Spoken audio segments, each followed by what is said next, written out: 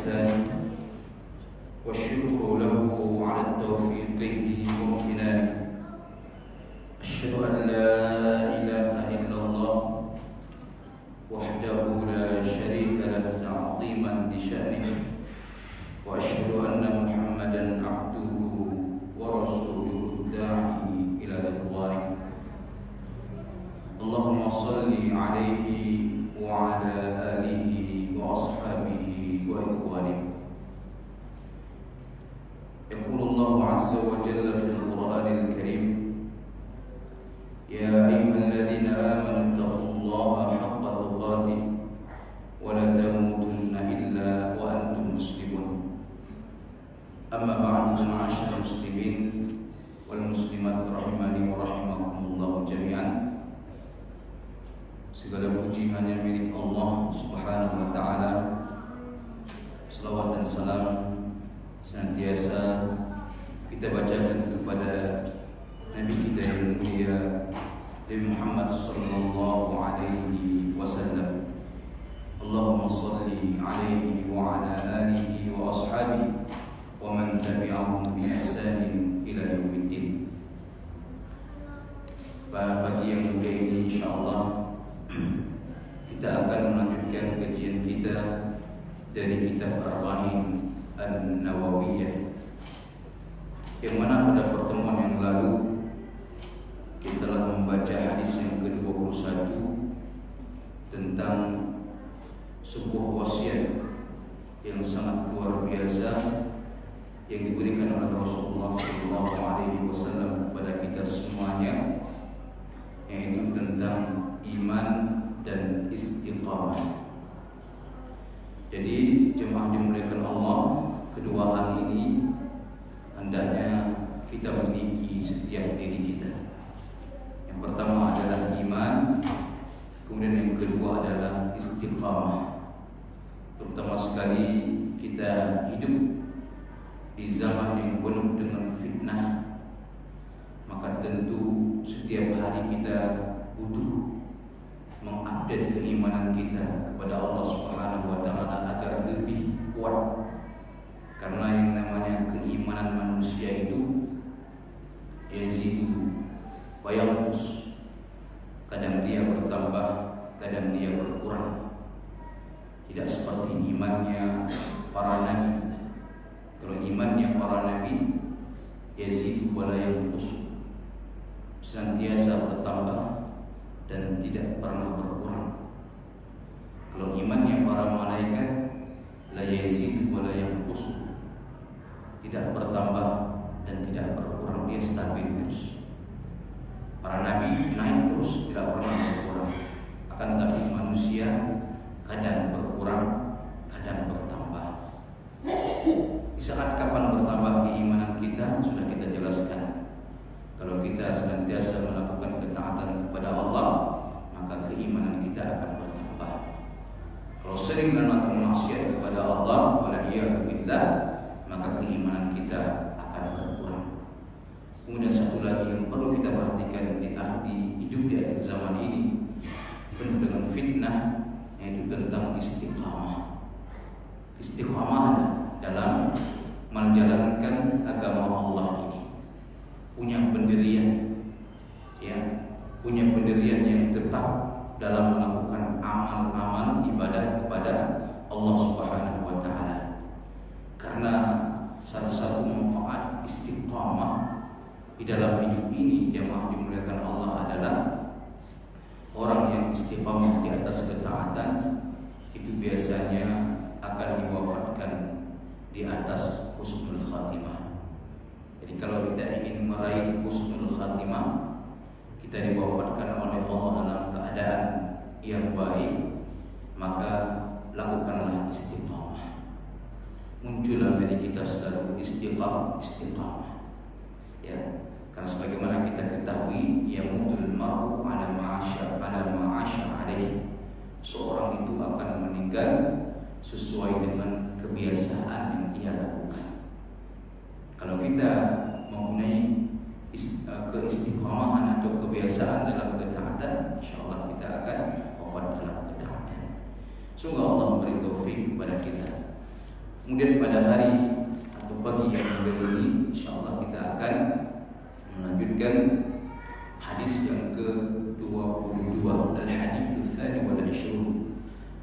Hadis yang ke-22, kaifal wusulu ilal jannah.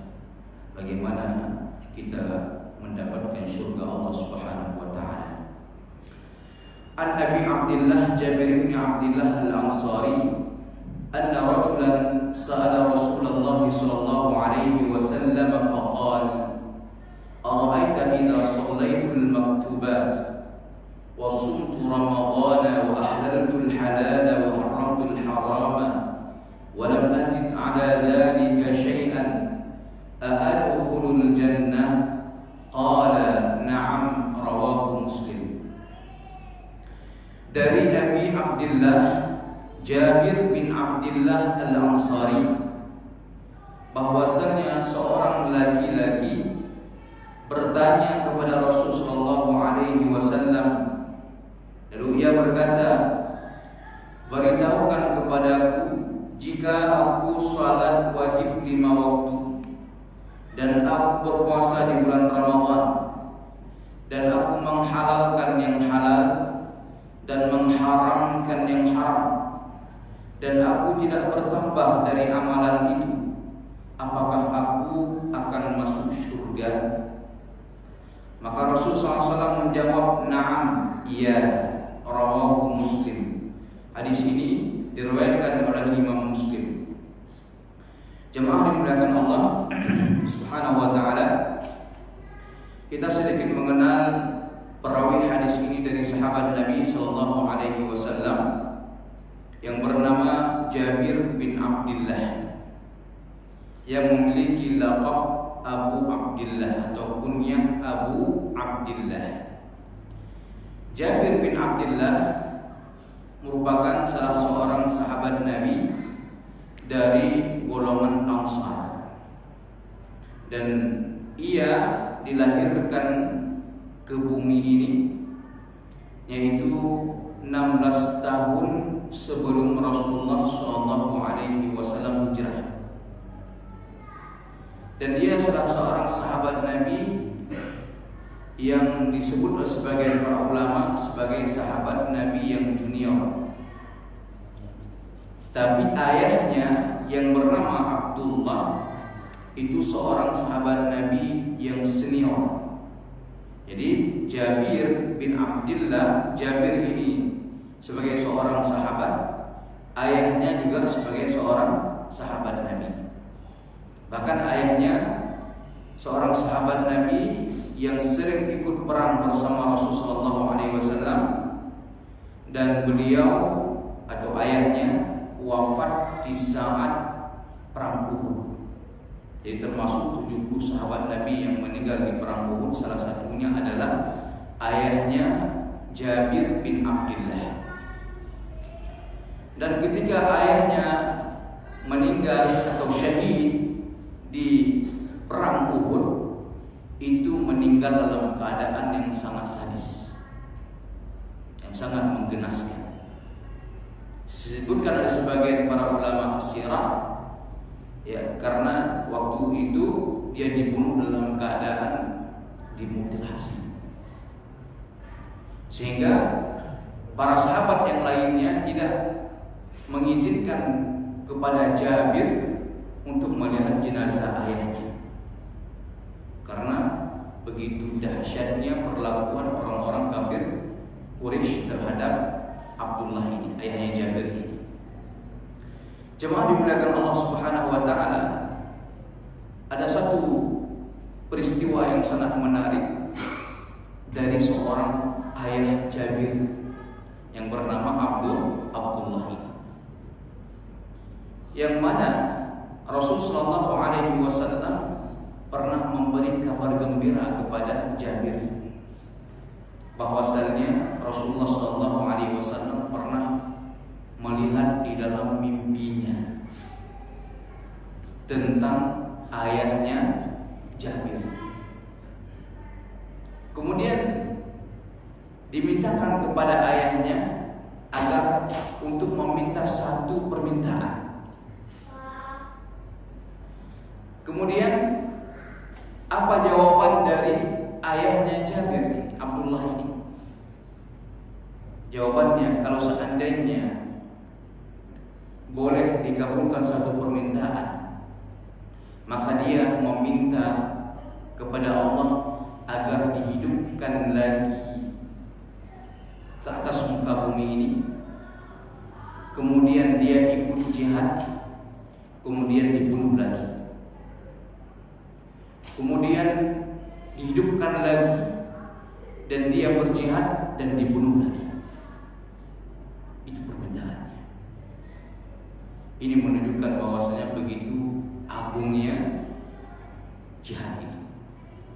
Maka oleh sebab itu Jabir bin Abdullah di saat perang Badar dan perang Uhud, dia tidak diizinkan untuk mengikutinya.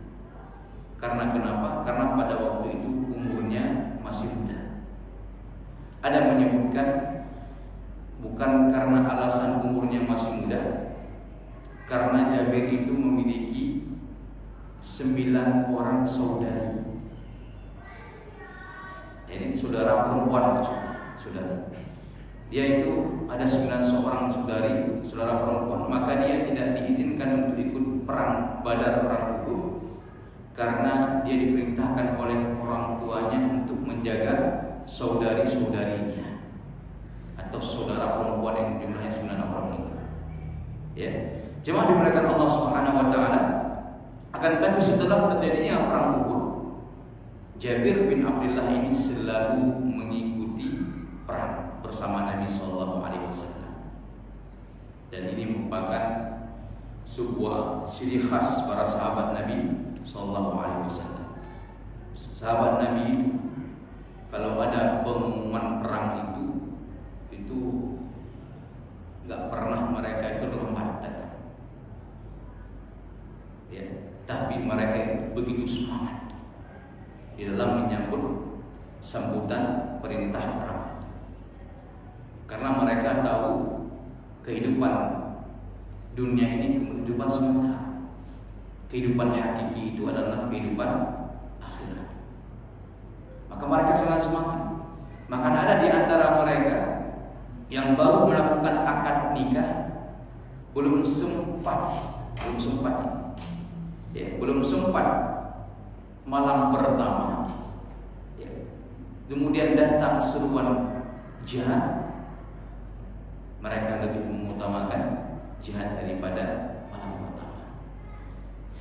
Salah satunya siapa itu? Julaibib,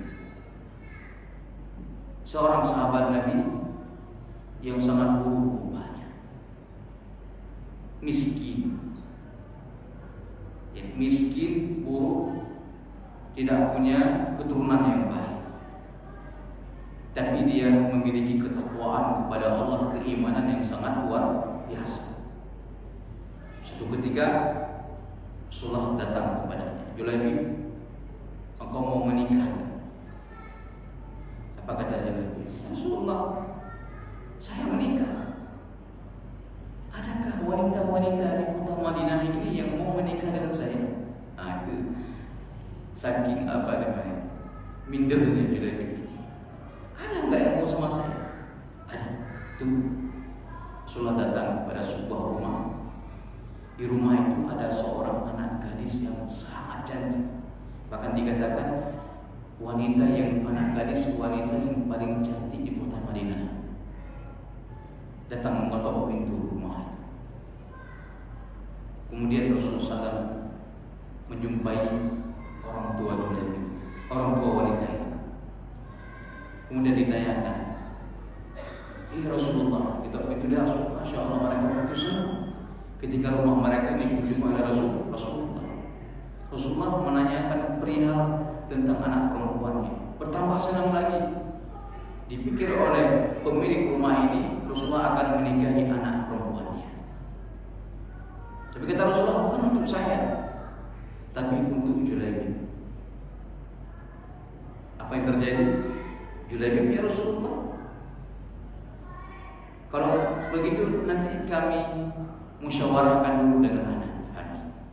Ya, kalau dengan Rasulullah langsung.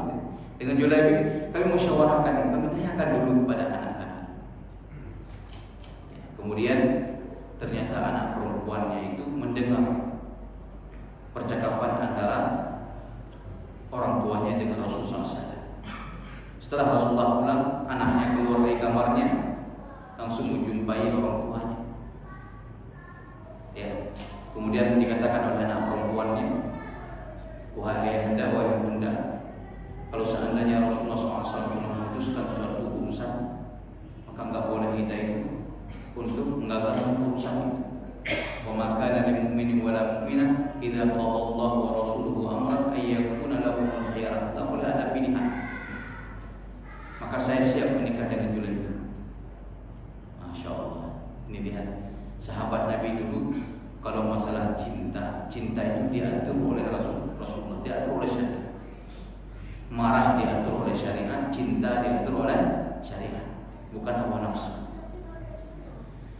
Maka menikahlah antara Julaibib dengan wanita Ansar yang cantik ini. Nah, di saat setelah melakukan akad nikah, ya, malamnya itu sebagai malam pertama untuk mereka berdua, tiba-tiba datang seruan jihad. Maka Julaibib meminta izin kepada istrinya untuk ikut jihad. Istrinya pun mengizinkannya. Apa yang terjadi? Ternyata Julaibib tak pulang lagi ke rumahnya dan dia meninggal di medan pertempuran. Itu pun waktu meninggalnya Julaibib, tidak ada sahabat Nabi yang perhatian. Mereka mencari sahabat-sahabat yang terkenal, yang dia kenal. Sampai Rasulullah tanya, mana Julaibib? Saya enggak melihat Julaibib. Mana dia? Maka dicari jenazahnya. Ternyata didapati jenazah Julaibib. Di samping jenazahnya itu ada 7 orang, ya, pasukan orang-orang musyrikin yang meninggal dunia karena dibunuh oleh Julaibib. Di samping jenazahnya Julaibib. Maka Rasulullah mendekatinya. Rasulullah katakan kepadanya, wahai Julaibib, aku bagian daripadamu dan kamu bagian daripadamu. Subhanallah. Ya. Aku bagian daripadamu, aku bagian daripadamu. Itu kalau Rasulullah SAW yang mengatakan itu luar biasa. Berarti Rasulullah menggolongkan Julaibib sebagai anggota keluarganya. Padahal dia seorang sahabat Nabi yang fisiknya mungkin dicela oleh orang-orang Madinah pada saat itu. Tapi keimanan, semangatnya luar biasa. Jemaah dimuliakan Allah Subhanahu wa taala, itu juga dengan Jabir bin Abdullah ini. Ya, seorang sahabat yang sangat luar biasa semangat di dalam medan pertempuran. Kemudian di antara keutamaan Jabir bin Abdullah ini, dia termasuk salah seorang sahabat Nabi yang banyak meriwayatkan hadis dari Nabi.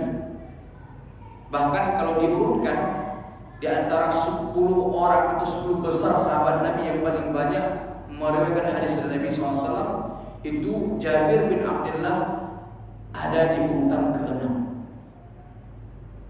Jumlah hadis yang diriwayatkan oleh Jabir itu lebih kurang 1.540 hadis. Jadi ada sekitar urutan ke-6.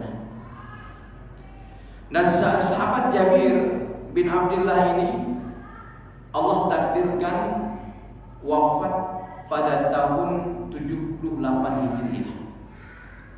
Dia termasuk sahabat Nabi yang paling akhir meninggal di kota Madinah. Siapa sahabat Nabi yang paling akhir meninggal di kota Madinah? Itu Jabir bin Abdullah. Memiliki umur, disebutkan oleh para ulama ahli sejarah, sekitar 94 tahun. Lumayan, ya, meninggal di umur 94 tahun.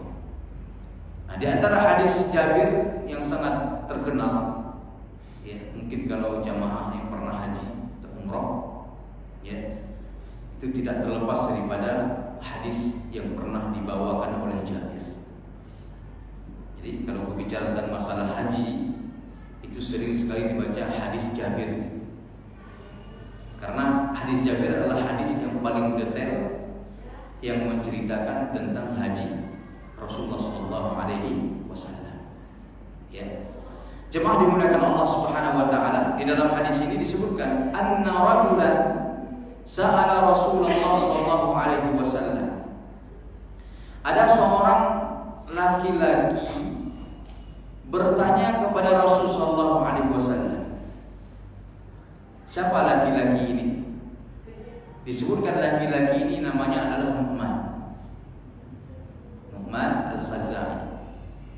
Ya. Dia bertanya kepada Rasul sallallahu alaihi wasallam. Bagaimana pertanyaannya?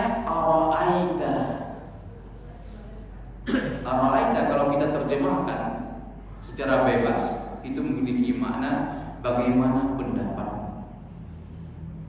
Ara'aita. Bagaimana pendapat engkau? Ya. Tapi Al-Imam An-Nawawi rahimahullahu taala beliau mengatakan maksud ara'aita, makna daripada ara'aita adalah akhbirni. Jadi ara'aita maksudnya kata Imam Nawawi adalah akhbirni. Apa itu akhbirni? Beritahukan kepadaku. Ya. Apabila aku salat, idza shallaitul maktubah, jika aku salat maktubah. Apa maksud salat maktubah? Salat fardu. Salat 5 waktu itu disebut dengan salat maktubah. Karena maktubah berasal dari kalimat kataba, yaktubu atau kutiba. Itu memiliki makna wajib. Ya ayyuhalladzina amanu kutiba alaikumus shiyam. Wahai orang-orang yang beriman telah diwajibkan. Di sini Allah gunakan kalimat kutiba. Ini wajib. Juga dalam ayat yang lainnya innas salata kanat 'alal mu'minina kitaban mawquta. Kitaban mawquta, telah diwajibkan sesuai dengan waktu-waktunya. Jadi maktubah ini adalah salat wajib, salat 5 waktu, enggak termasuk salat sunnah. Baik sunnah rawatib atau sunnah lainnya enggak termasuk. Jadi murni hanya salat 5 waktu. Bagaimana beritahukan kepadaku jika aku salat maktubah, salat 5 waktu. Wasumtu Ramadan, kemudian aku berpuasa di bulan Ramadan. Kemudian wa ahlaltu halal, aku halalkan yang halal dan aku haramkan yang haram. Dan aku tidak menambah dari amal itu. Hanya salat, puasa, menghalalkan yang halal, mengharamkan yang haram. Tidak tambah daripada itu. Kira-kira aku bisa nggak masuk surga? Nah ini pertanyaan saya. Bisa? Apa jawab Rasulullah? Nah, ya bisa. Jemaah dimuliakan Allah Subhanahu wa taala, beberapa faedah yang dapat kita ambil di sini. Faedah yang paling besar adalah bagaimana semangatnya sahabat Nabi sallallahu alaihi wasallam di dalam bertanya. Ya, kalau kita ingin mendapatkan surga, tentu harus dengan ilmu. Dan ilmu tidak bisa kita dapatkan kecuali dengan kita banyak bertanya. Maka Ibnu Abbas radhiyallahu taala anhu pernah mengatakan la yanalul ilma ithnatan.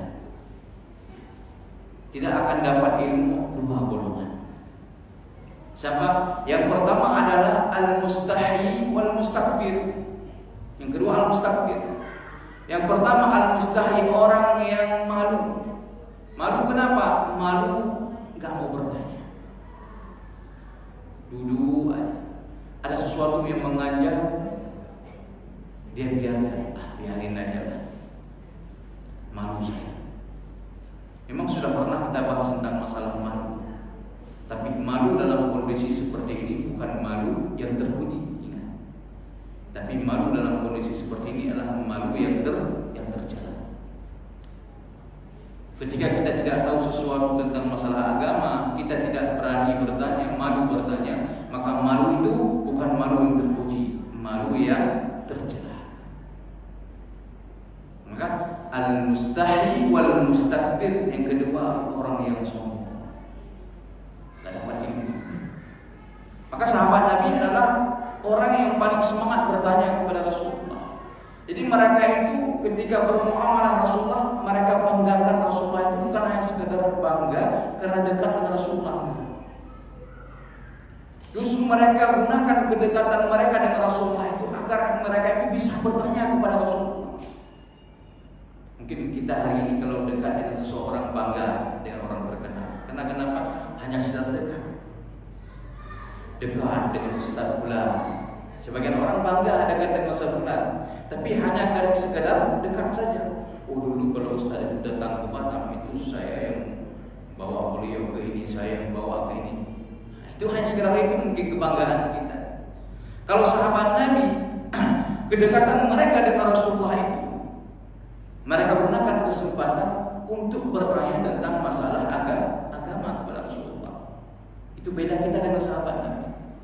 Maka banyak kita dapati hadis-hadis Nabi SAW. Mereka kata, ya Rasulullah, akhbirni an amalin, beritahukan kepadaku suatu amalan yang mana amalan itu yudkhilunil jannah wa yub'iduni 'anil nar, yang dapat memasukkan aku ke syurga, menjauhkan aku dari neraka. Ya Rasulullah, alimni, wahai Rasulullah, ajarkan kepadaku suatu amalan yang bisa mudahkan masuk syurga. Mereka juga bertanya, ya Rasulullah, murni, ya Rasulullah, perintahkan kepada suatu amalan yang bisa memasukkan aku dalam surga. Ya subhanallah. Itu pertanyaan-pertanyaan sahabat Nabi SAW.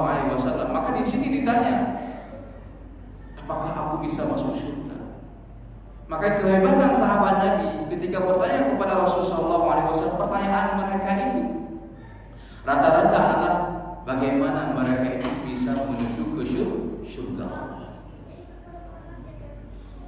Mungkin kalau kita bertanya bagaimana dagangan saya lebih lancar, ya kan? Bagaimana tips larangan dagangan itu lebih maju? Bagaimana tips jabatan ini bisa diangkat? Nah, itu kalau mungkin kalau kita bertanya, ya. Tapi kalau sahabat Nabi, pertanyaan mereka orientasinya pasti akhirat. Akhirat. Maka salah satu pertanyaan paling besar itu adalah syurga. Dan tidak ada yang lebih besar daripada syurga. Karena tujuan hidup kita itu untuk mendapatkan syurga. Rumah kita ada dua nanti. Mau pilih yang mana? Yang satu syurga, yang satu neraka. Enggak ada di tengah-tengah antara surga dan neraka, enggak ada. Ima syurga, ima neraka. Maka sahabat Nabi orang yang paling semangat bertanya bagaimana bisa mendapatkan syurga. Jemaah dimuliakan Allah Subhanahu wa taala, ini faedah bertanya.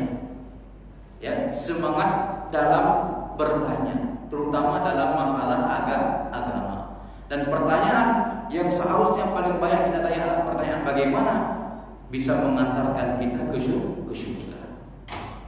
Nah, kemudian faedah yang kedua dapat kita ambil di sini adalah idza shallaitul maktubat, tentang begitu agungnya masalah salat. Sampai sahabat ini membawa di sini salat. Karena memang salat itu adalah ibadah yang paling agung. Tidak ada ibadah yang bisa menandingi ibadah yang namanya salat dalam bentuk fisik. Maka para ulama mereka bersepakat, jumhur ulama bersepakat, orang yang meninggalkan sholat, baik karena dia tinggalkan sholat itu sambil meyakini dalam hatinya sholat itu enggak wajib, ataupun dia meninggalkan sholat, dia meyakini sholat itu wajib tapi dia tinggalkan karena dia malas. Jumhur para ulama sepakat orang itu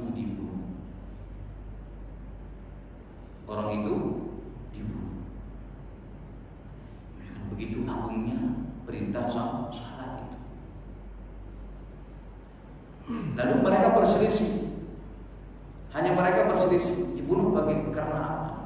Apakah karena murtad atau karena hudud min hududillah?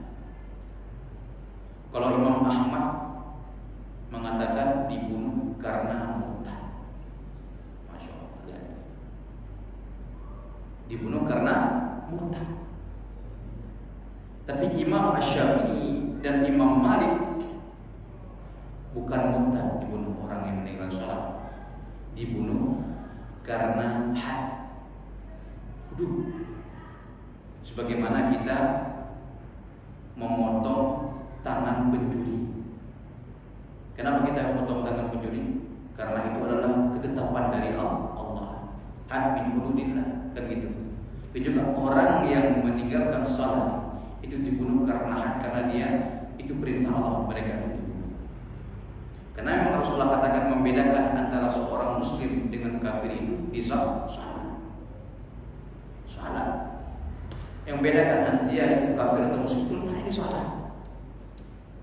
Maka oleh sebab itu dimulakan Allah Subhanahu wa taala, ini pendapat jumhur. Hanya Abu Hanifah mengatakan orang yang meninggalkan salat secara sengaja. Ya, tapi kalau dia yakini salat enggak wajib, itu sama dengan semua ulama mazhab itu, sama mereka mendapat semua kafir, mereka mengatakan. Kalau Abu Hanifah, kalau dia meninggalkan salat secara sengaja, dia itu dipenjara, diminta untuk bertobat sampai dia sholat. Kalau dia nggak mau sholat, tetap nggak mau sholat, dipenjara seumur hidup, nggak bisa dilepaskan. Ini menunjukkan begitu agungnya masalah sholat ini. Maka tidak ada alasan bagi kita meninggalkan sholat dalam keadaan apapun. Mau kita lagi safar, mau kita lagi mukim, mau kita lagi sakit, mau kita lagi sehat. Yang kita herankan kadang-kadang jamaah, orang-orang, ada sebagian kaum muslimin, semakin parah sakitnya, semakin banyak sholat dia tinggalkan.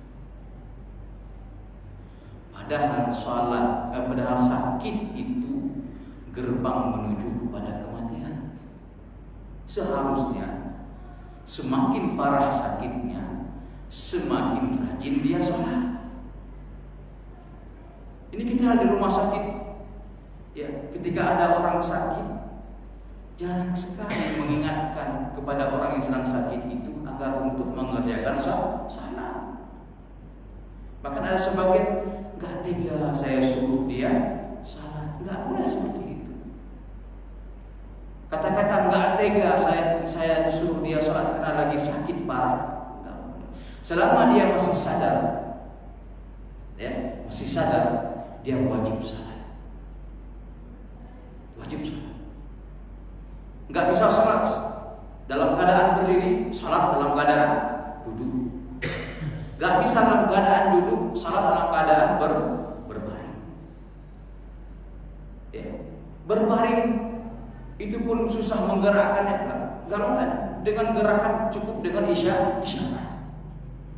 Isyarat juga gak bisa. Bisa gak antum memakai isyarat mata? Cukup dengan itu.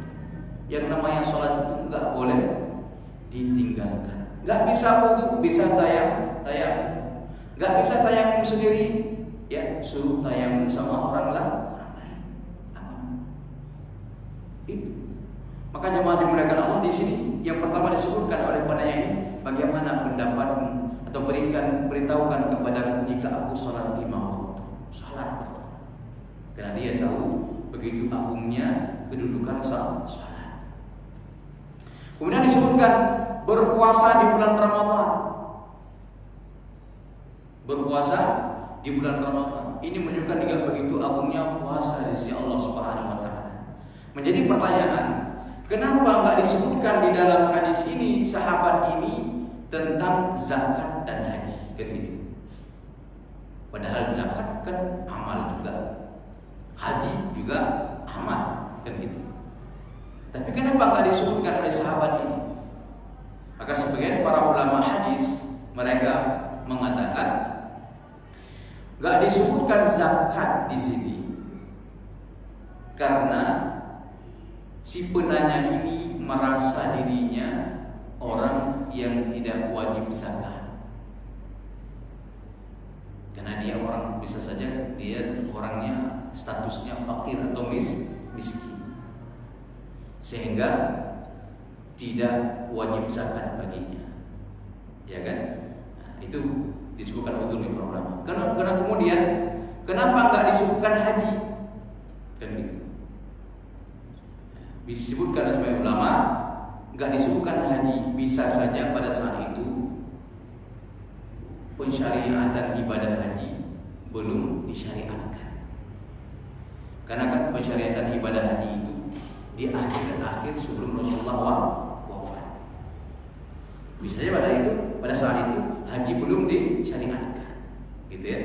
Nah, sehingga nggak disebutkan zakat dan haji.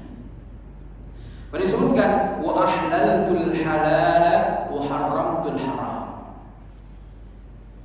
Aku halalkan yang halal.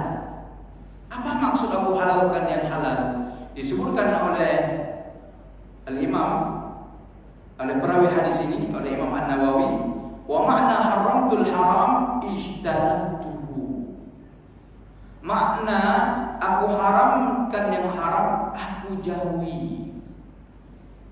Aku jauhi sesuatu yang haram sambil aku yakini di dalam hatiku itu adalah sesuatu yang haram. Dan makna ahlaltul halal, aku halalkan yang halal adalah fa'altuhu mu'taqidan hillah. Aku kerjakan sambil aku yakini itu adalah sesuatu yang halal. Jemaah dimuliakan Allah Subhanahu wa taala.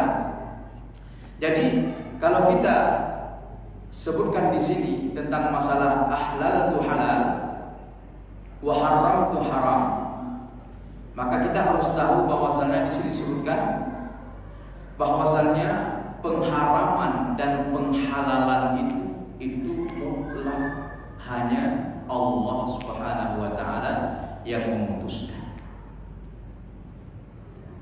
Masalah halal, masalah haram itu kita harus yakini bahwasannya yang berhak memutuskan itu hanya Allah.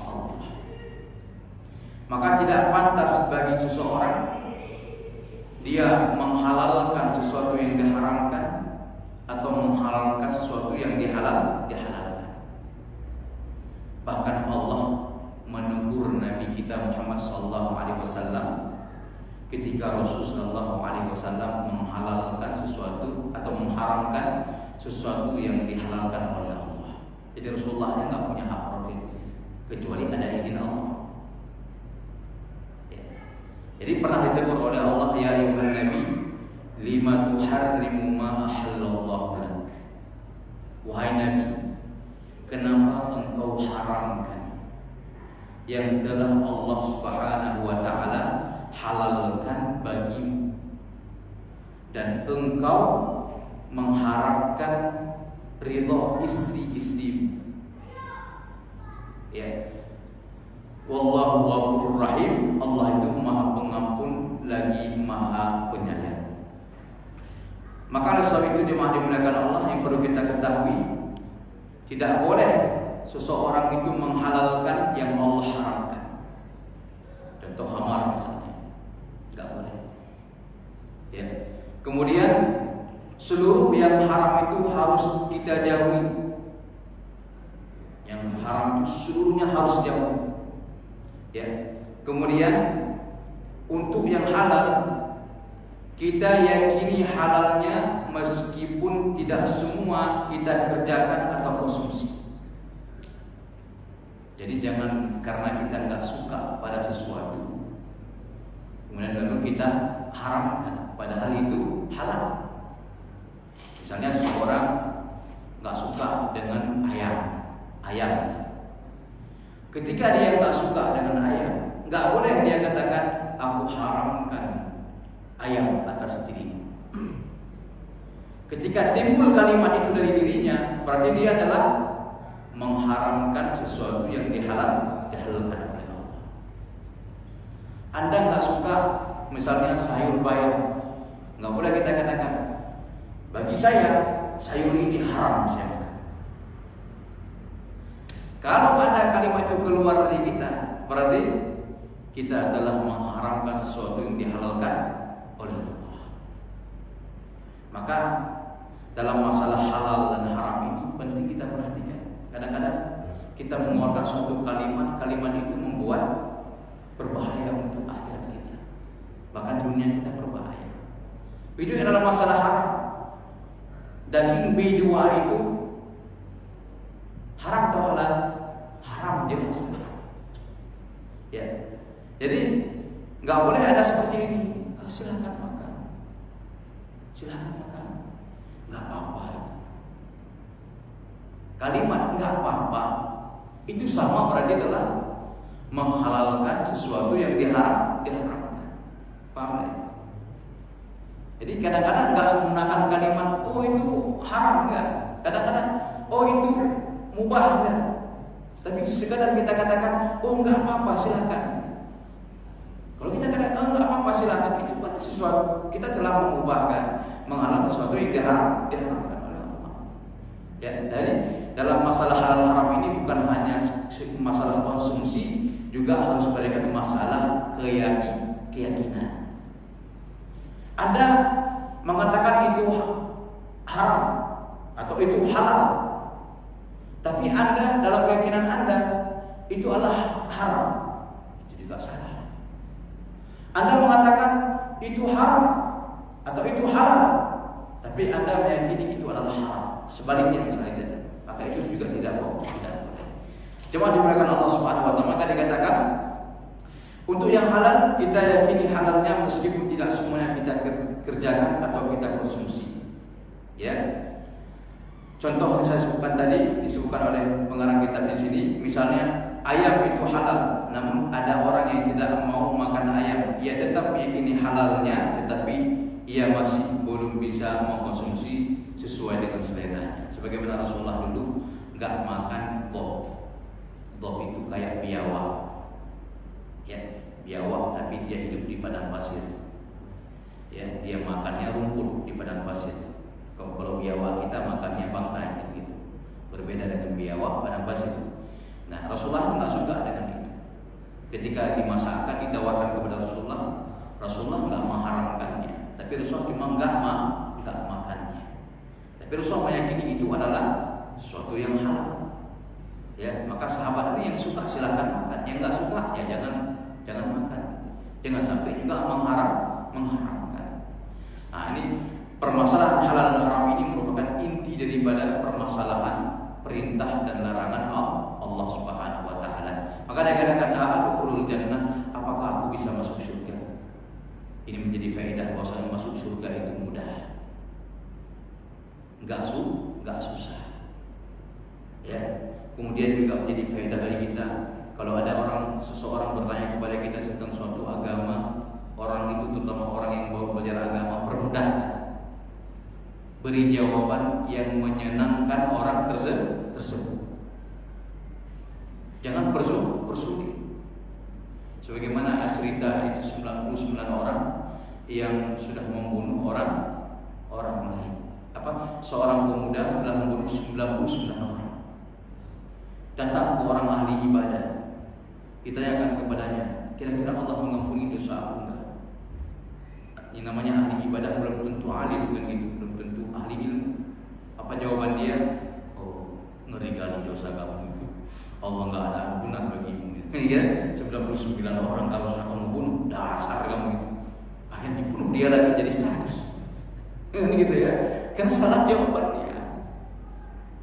Ya, datang ke orang alim, Allah Maha Pengampun, Allah ampuni dosa.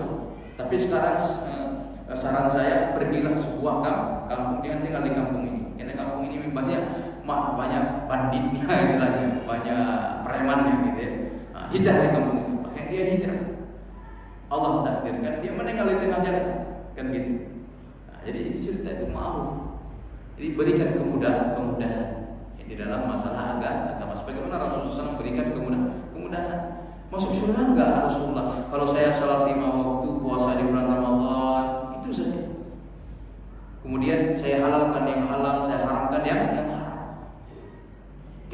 masuk surga? Nah, ya. Kalau kamu istiqamah di atas itu, maka insya Allah kamu masuk surga. Maka kenapa hadis ini disebutkan setelah masalah istiqamah? Kan gitu. Sebelumnya kan hadis istiqamah kita sebutkan ya. Nah, kenapa setelah itu hadis ini disebutkan? Nah, kalau kita mampu istiqamah artinya apa? Kalau kita mampu istiqamah di atas sholat 5 waktu, puasa di bulan Ramadan, kita halalkan yang dihalalkan oleh Allah, yang kita haramkan oleh Allah, maka insya Allah kita bisa masuk surga. Karena seorang beramal itu ada tiga dia itu gambaran orang beramal. Kata Allah, yang ada orang zalimun li nafsi, ada orang muqtasid, ada orang sabiqun bil khair. Bagaimana zalimun li nafsi? Orang zalimun li nafsi itu orang mencampur adukan ketaatan dengan maksiat. Ini yang banyak sekarang kan gitu. Orang salat maksiat tetap ada, kan gitu. Puasa ada tapi maksiat tetap ada. Itu namanya orang seperti itu disebut dengan zalimun li nafsi, zalim terhadap dirinya sendiri. Nah, ada orang muqtasid. Muqtasid itu bagaimana? Muqtasid itu orang yang hanya mencukupkan dirinya sesuatu yang wajib saja. Sebagaimana dalam hadis ini. Itu termasuk golongan apa? Muqtasid. Ya. Kemudian ada orang sabiqun bil khairat. Ini golongan yang ketiga ini yang paling tinggi derajatnya. Bagaimana sabiqun bil khairat? Dia itu senantiasa melakukan ketaatan, tidak mencukupkan dirinya dengan yang wajib saja, tapi dia menambah juga dengan yang sunnah. Apa kata Allah? Ketiga golongan ini sebenarnya mereka itu berhak mendapatkan surga. Yang zalim li nafsi bisa mendapatkan surga, muqtasid bisa mendapatkan surga, sabiqun bil khairat bisa mendapatkan surga. Kan gitu. Semua bisa masuk surga, tapi nanti mungkin derajat surganya itu berbeda. Orang yang melakukan ketaatan sambil melakukan maksiat berbeda surganya dengan orang yang senantiasa melakukan kewajiban saja. Orang melakukan kewajiban saja berbeda mungkin derajatnya dengan orang yang melakukan kewajiban ditambah dengan sunnah. Beda derajat surga. Ya. Jadi ini jemaah dimuliakan Allah Subhanahu wa taala. Jadi kelompok dalam hadis ini termasuk kelompok yang mana? Kelompok muqtasid. Apa itu muqtasid? Orang yang mencukupkan dirinya hanya dengan yang wajib saja. Berarti kalau kita cukupkan diri kita dengan yang wajib saja, itu insya Allah bisa kita raih surga Allah Subhanahu wa taala. Tapi yang wajib-wajib ini betul-betul kita perhatikan. Salat 5 waktu. Jangan salat asal-asalan. Rukunnya di mana, syaratnya di mana, wajibnya di mana, khusyuknya lari kemana-mana, kan gitu. Jangan kayak gitu juga. Puasa juga di bulan Ramadan. Puasa yang bagaimana? Ya, menghalalkan yang halal, mengharamkan yang haram dan sebagainya. Semoga Allah Subhanahu wa taala memberi taufik kepada kita semuanya dan memberi surga untuk kita semuanya. Amin ya rabbal alamin. Allahumma inna nas'alukal jannah. Allahumma inna nas'alukal jannah. Allahumma inna nas'alukal jannah. Allahumma inna nas'aluka ridhaka wal jannataka wa na'udzubika min sakhatika wan nar. Allahumma arinal haqqa haqqan warzuqna ittiba'ah wa arinal batila batilan warzuqna ijtinabah. Rabbana zalamna anfusana wa in lam taghfir lana wa tarhamna lanakunanna minal khasirin. Allahumma inna nas'alul huda wal tuqa wal 'afafa wal ghina. Nas'aluka ilman nafi'an